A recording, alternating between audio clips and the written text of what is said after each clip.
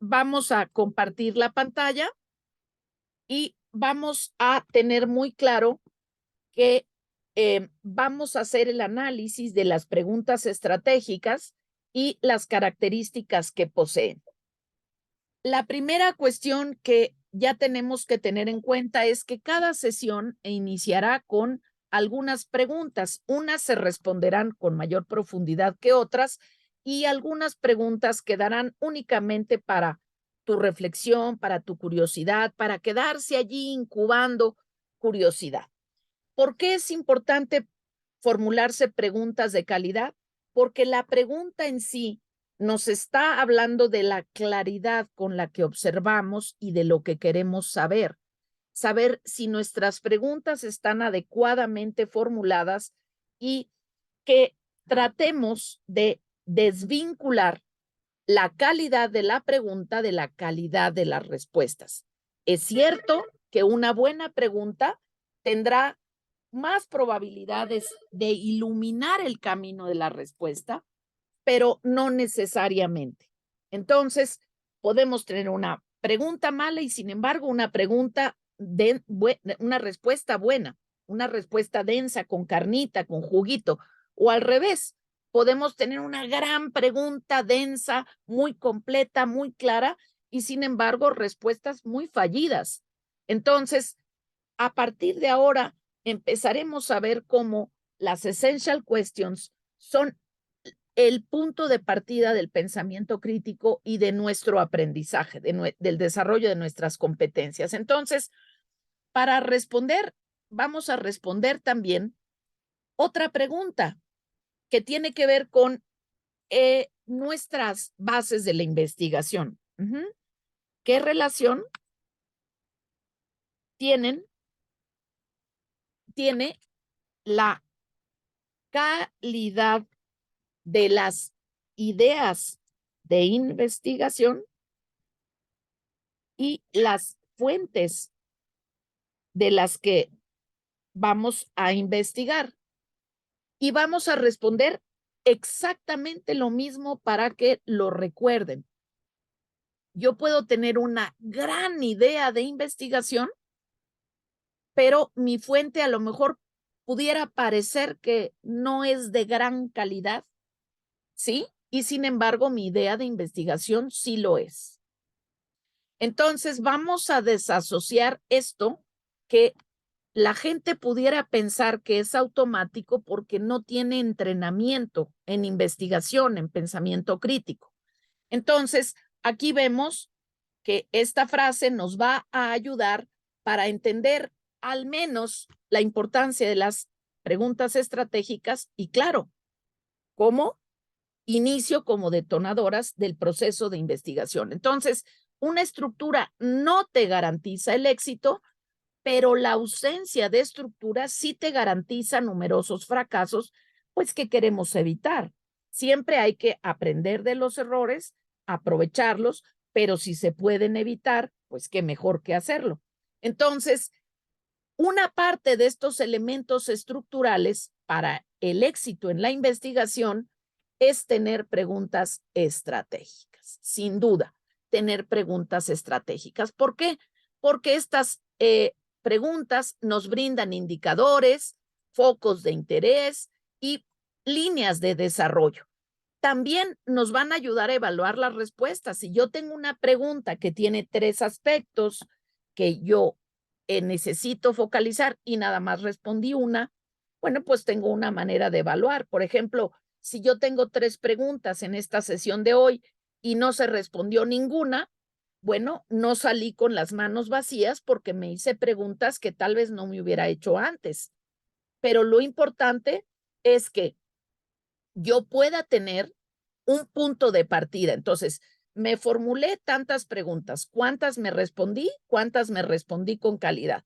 Porque si no, terminamos la sesión o el encuentro y decimos, pues no vi nada, algo así como de las preguntas.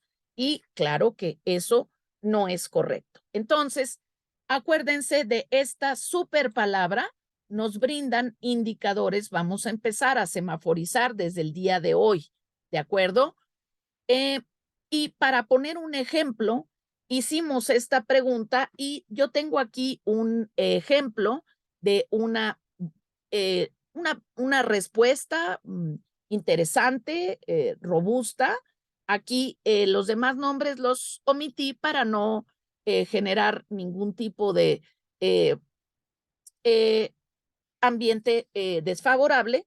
Y entonces aquí responde nuestra compañera, dice, para sacar más provecho de una investigación, dice, para un buen desarrollo crítico, wow, para hacer cada vez mejor las cosas y evitar malos entendidos. Entonces, aquí ya estamos corrigiendo incluso la forma de redacción. Dice, para sacar más provecho de una investigación, una razón, punto y coma, la ponemos en grande. Para un buen desarrollo crítico, punto y coma, la ponemos en grande.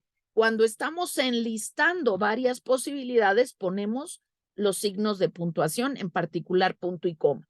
Para hacer cada vez mejor las cosas, otra razón para poder ir haciendo y ahorrando tiempo, dinero y esfuerzo, dice, y evitar malos entendidos. Qué importante, porque quiere decir que si yo estoy respondiendo una pregunta y tú estás respondiendo otra, ¿para qué nos peleamos? Si estamos respondiendo a preguntas diferentes. Y bueno, luego tenemos otros ejemplos, aquí otros ejemplos de otras respuestas que dicen, por ejemplo, esta es la misma, ¿no? Que tenemos aquí arriba, pero sin corregir. Esta fue la respuesta en bruto y ya la que yo estoy corrigiendo. Y luego dice otra persona, para profundizar y para obtener mejor información del contexto. Esto ya va un poquito más allá. Ajá, para buscar, entender, comprender, etcétera. Dice, porque las preguntas de calidad toman la función de una guía o un punto de partida. Excelente. En los temas de nuestro interés, también nos sirve para generar curiosidad en ciertos parámetros que normalmente no ponemos atención. Luego dice otra persona, crear un ambiente de reflexión para un mejor aprendizaje, muy bonito. Luego dice otra persona, para mejor comunicar y delimitar un tema y así poder tener una respuesta más certera. Bueno, dice, acá ya empiezan con la exactitud. Dice, tener una respuesta más exacta y acertada. Porque si yo tengo una pregunta y respondo con otra cosa, una de dos. O estoy muy desconcentrado, desconcentrada, o ando papaloteando, o de plano ando muy retrasado en el tema, ¿verdad? Entonces dice, nos permite, no permite, dice, formular preguntas, se equivocó, dice, nos permite ir más allá de lo básico, demuestra nuestro interés en el tema. Pues sí, porque si yo hago preguntas superficiales, quiere decir que pues, no me interesa, ¿no? No estoy acostumbrada, entrenada a tener un ojo analítico, crítico. Y luego acá nos dice, bueno, pues nos ayudan a poder ganar un caso, nos ayudan a vivir mejor, nos ayudan a aprovechar mejor nuestro tiempo, no estar deambulando, no estar divagando, saber qué es lo más importante de un texto. Y quedamos que nadie en 20 años me ha respondido esto cuando yo les pregunto, ¿qué haces cuando tienes que entregar un reporte o un reporte de comprensión? Y todo el mundo me dice, pues pongo lo más importante, pero nunca nadie me ha contestado. Empiezo por formularme preguntas y esa es una diferencia muy notable. Entonces, esta es una invitación para que a partir de hoy le formules preguntas a tu texto, a tu video, a tu material de análisis. Si tú formulas estas preguntas y son estratégicas, definitivamente no solo vas a ganar un caso, sino vas a ganar en comprensión, en creatividad, en un mejor aprendizaje y seguramente en una mejor comunicación. Entonces, luego, después ya encontramos, dice, respuestas concretas. Tú puedes tener respuestas concretas positivas y negativas. El que una respuesta sea concreta no necesariamente quiere decir que es la mejor. Hay veces que tenemos que ser muy concretos y hay veces que no. Si llegas a tu casa y te pregunta alguien que te quiere, ¿cómo te fue hoy? Y tú contestas, bien, pues es una respuesta concreta. pero no genera comunicación, no genera un vínculo, no genera, pues fíjate que me pasó esto. Entonces, depende qué tan concreta, depende de la calidad de la educación. Entonces, así está. Luego, si nos dice que tener una respuesta profunda, ya vimos que la calidad de la pregunta no determina la calidad de la respuesta. Y luego dice otra vez esto de la concreción, se ve que les importa mucho, dice evitar información innecesaria. Esto tiene mucho que ver con cómo jerarquizamos lo importante, lo mediano, lo menos importante, y entonces pues es que nosotros tenemos que tener indicadores para poder jerarquizar qué rayos es información innecesaria. Si yo les dejo leer un libro y no les digo qué pretendo de esa lectura, entonces ustedes tienen que jerarquizar, pero no van a empezar su reporte con detalles, porque los detalles son importantísimos, pero pues hay que ir jerarquizando, qué es lo más importante, qué es lo menos, y luego los detalles. En un reporte yo tengo que tener clara mi jerarquización y no empezar por lo menos importante o un detalle, sino empezar por las ideas centrales, luego las secundarias y luego, si a mí me interesaron ciertos detalles, pues también lo puedo hacer. Por ejemplo, siempre solemos empezar criticando la forma porque la forma es más fácil de apreciar, pero lo que vamos a hacer en este seminario es buscar lo más positivo primero. Si tenemos algo que criticar o que no nos gustó, bueno, dejarlo al final para no empezar con lo que se llama el síndrome del rotulador. ¿De acuerdo?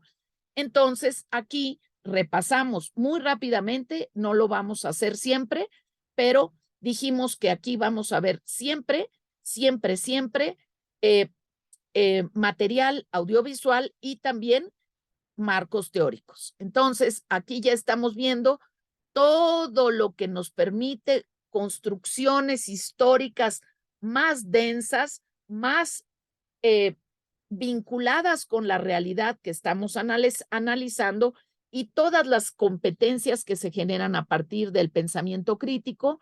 Ya vimos que hay un mar de bibliografía, de textos respecto a cómo preguntar, cómo hacer preguntas poderosas, mejores, buenas, profundas, cómo preguntar y contestar preguntas, el arte de preguntar, hacer preguntas, y dimos aquí un amplio, amplio, amplio marco teórico. Hay por lo menos aquí estos 10 textos y dijimos que vamos a usar algunas cosas, claro, de Staton, que ya lo estamos estudiando, y el arte de hacer preguntas.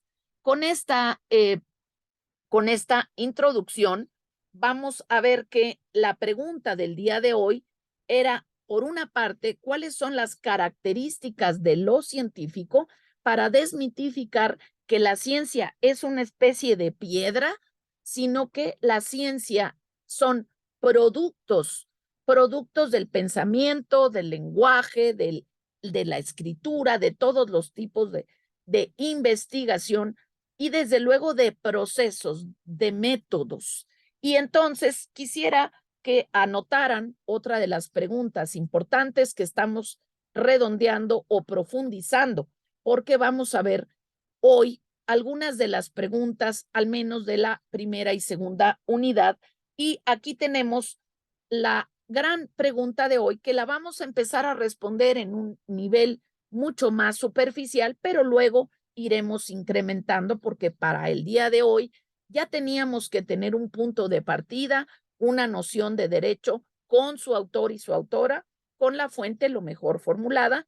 Hay un pequeño video de cómo elaborar las fuentes en el aula jurídica, ya les pasaré la liga para que la puedan ver. Entonces, la pregunta es, ¿qué vamos a entender por metodología jurídica?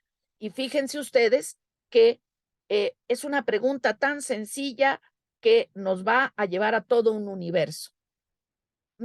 Primero podremos decir que la metodología jurídica son los caminos al derecho. Y entonces allí se abren otras dos preguntas. ¿Cuáles son esos caminos? ¿Y a qué derecho nos estamos refiriendo? Entonces ahí ya se empieza a complicar la respuesta. Entonces, la metodología son los caminos al derecho. Qué fácil se oye esto. Bueno, entonces primero hay que saber cuáles son los caminos al derecho. Bueno, pues son el estudio, la investigación,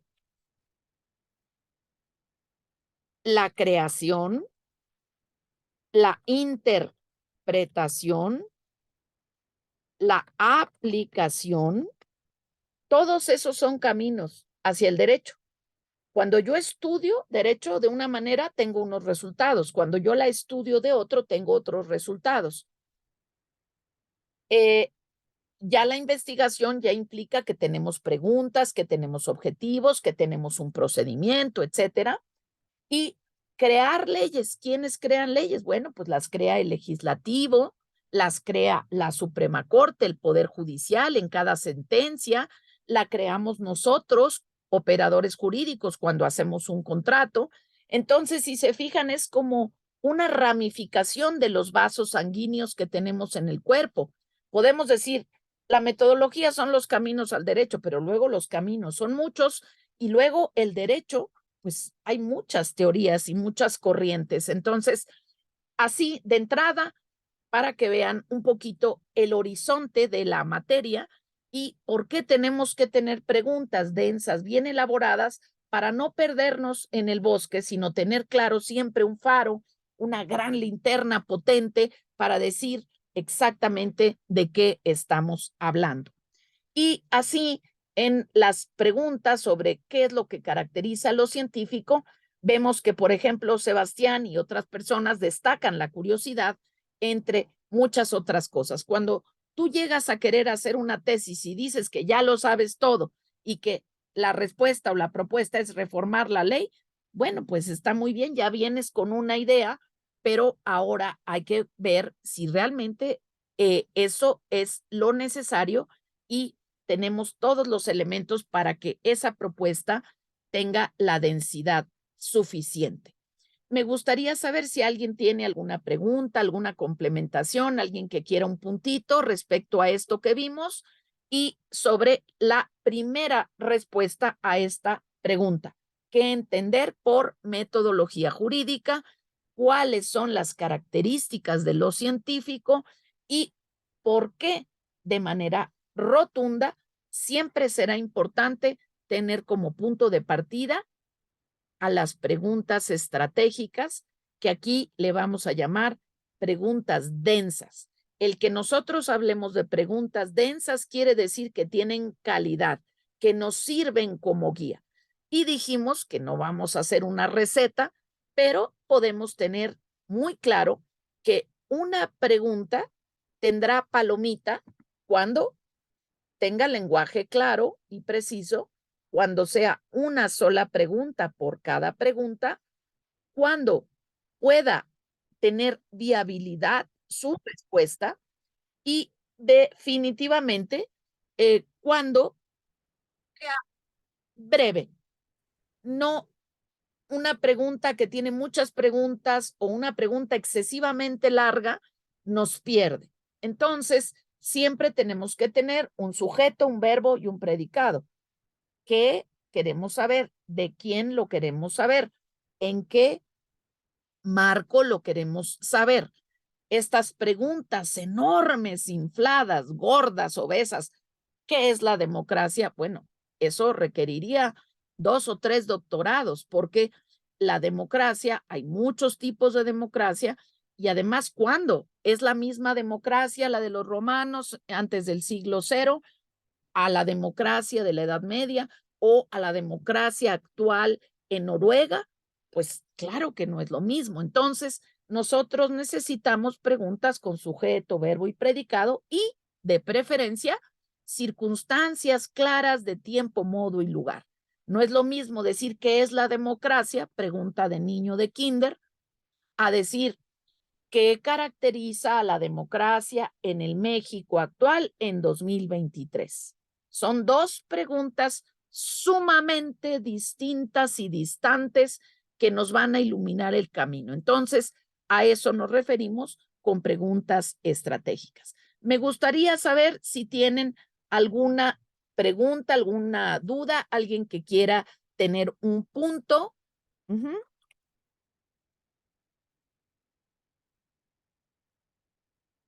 ¿Hay alguien que esté ahí detrás de la cámara?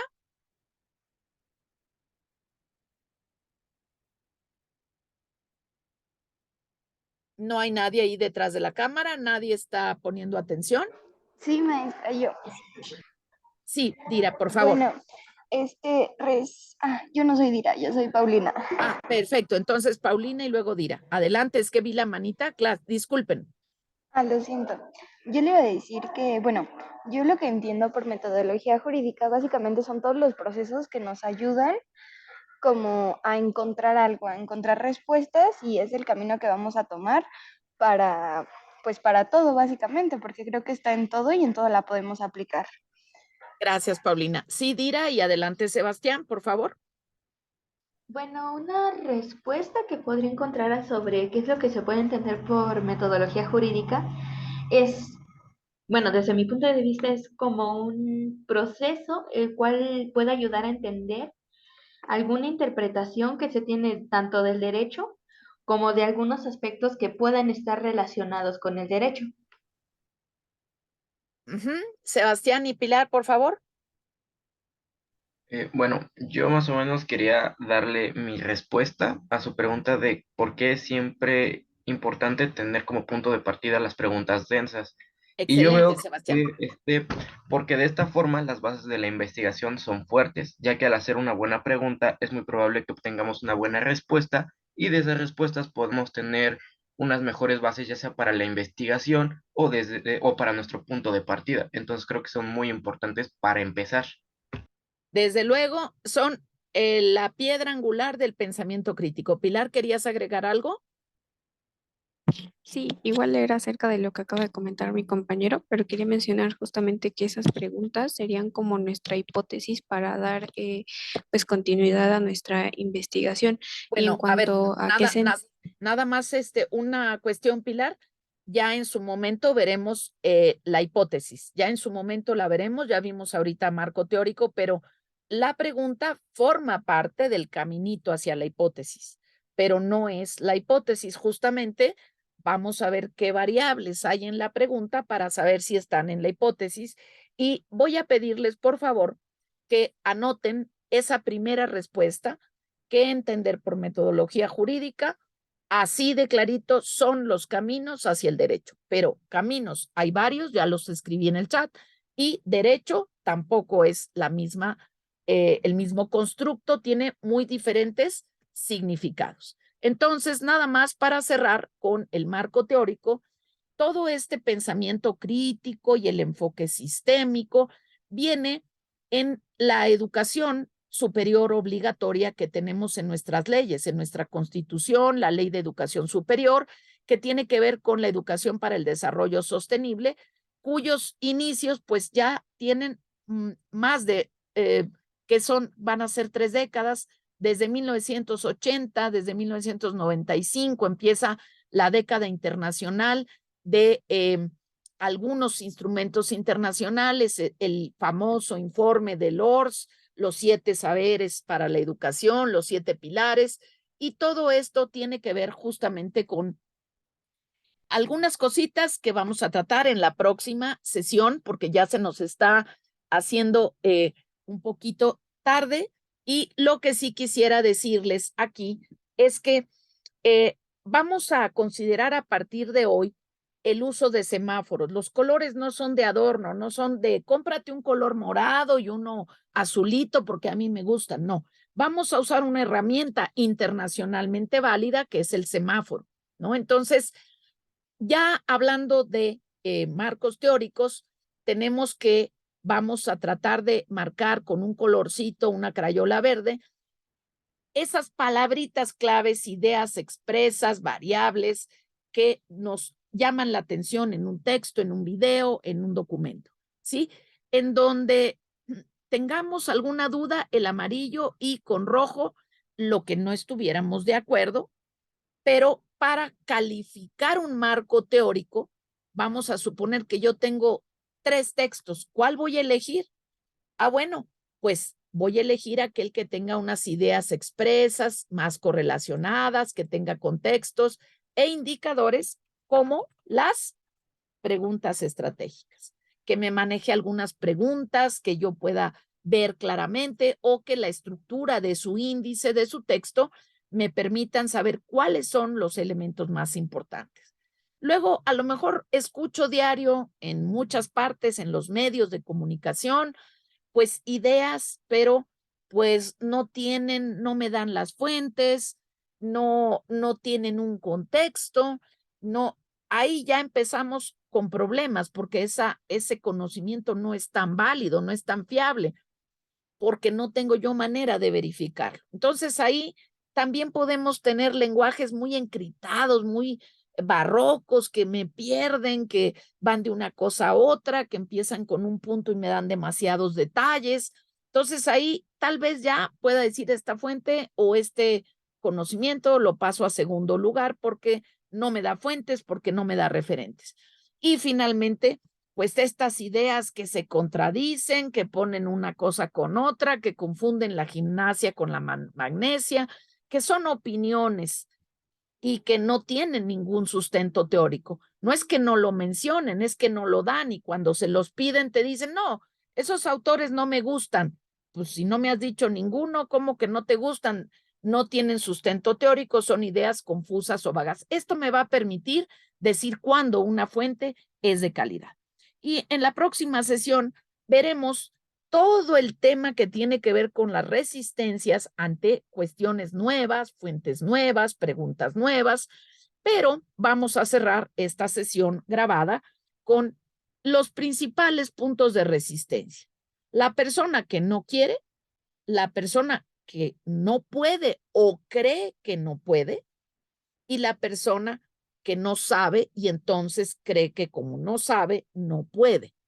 Entonces, aquí esto es muy importante y esta es una adaptación del modelo de Nasser, un modelo muy reciente, y este es un modelo de las jerarquías que se vence empezando por el no querer. No quiero hacer bitácora, no quiero hacer ejercicios de reforzamiento. Bueno, pues entonces, si tú no estás viendo todo lo que te pierdes, todas las utilidades, pues yo nunca he trabajado con preguntas estratégicas y entonces, como siempre he logrado éxito, no quiero usar preguntas estratégicas. Bueno, ¿qué pierdes si ya estás viendo que es la base de la investigación que te ayuda pero es que necesito dedicar tiempo? Sí, pero después te lo va a ahorrar, te va a precisar, te va a ayudar el que tú dialogues. Entonces, aquí vemos que todo esto tiene diferentes tipos de planes. Para el no querer hay un plan, tienes que abrir tus oídos a una asesoría, a la retroalimentación y a las utilidades. Luego, el no poder se resuelve con planes de entrenamiento. No puedo leer 500 páginas. Bueno, de aquí a mañana no, pero si vamos leyendo y escribiendo todos los días, tendremos un avance por semana, por día. Y finalmente, estos planes del no saber es claramente saber qué, cuándo y el cómo, y para eso nos va a servir la bitácora en que explicaremos en otra cápsula independiente. Voy a dejar de compartir la grabación, voy a dejar de grabar y espero que continuemos en la siguiente cápsula.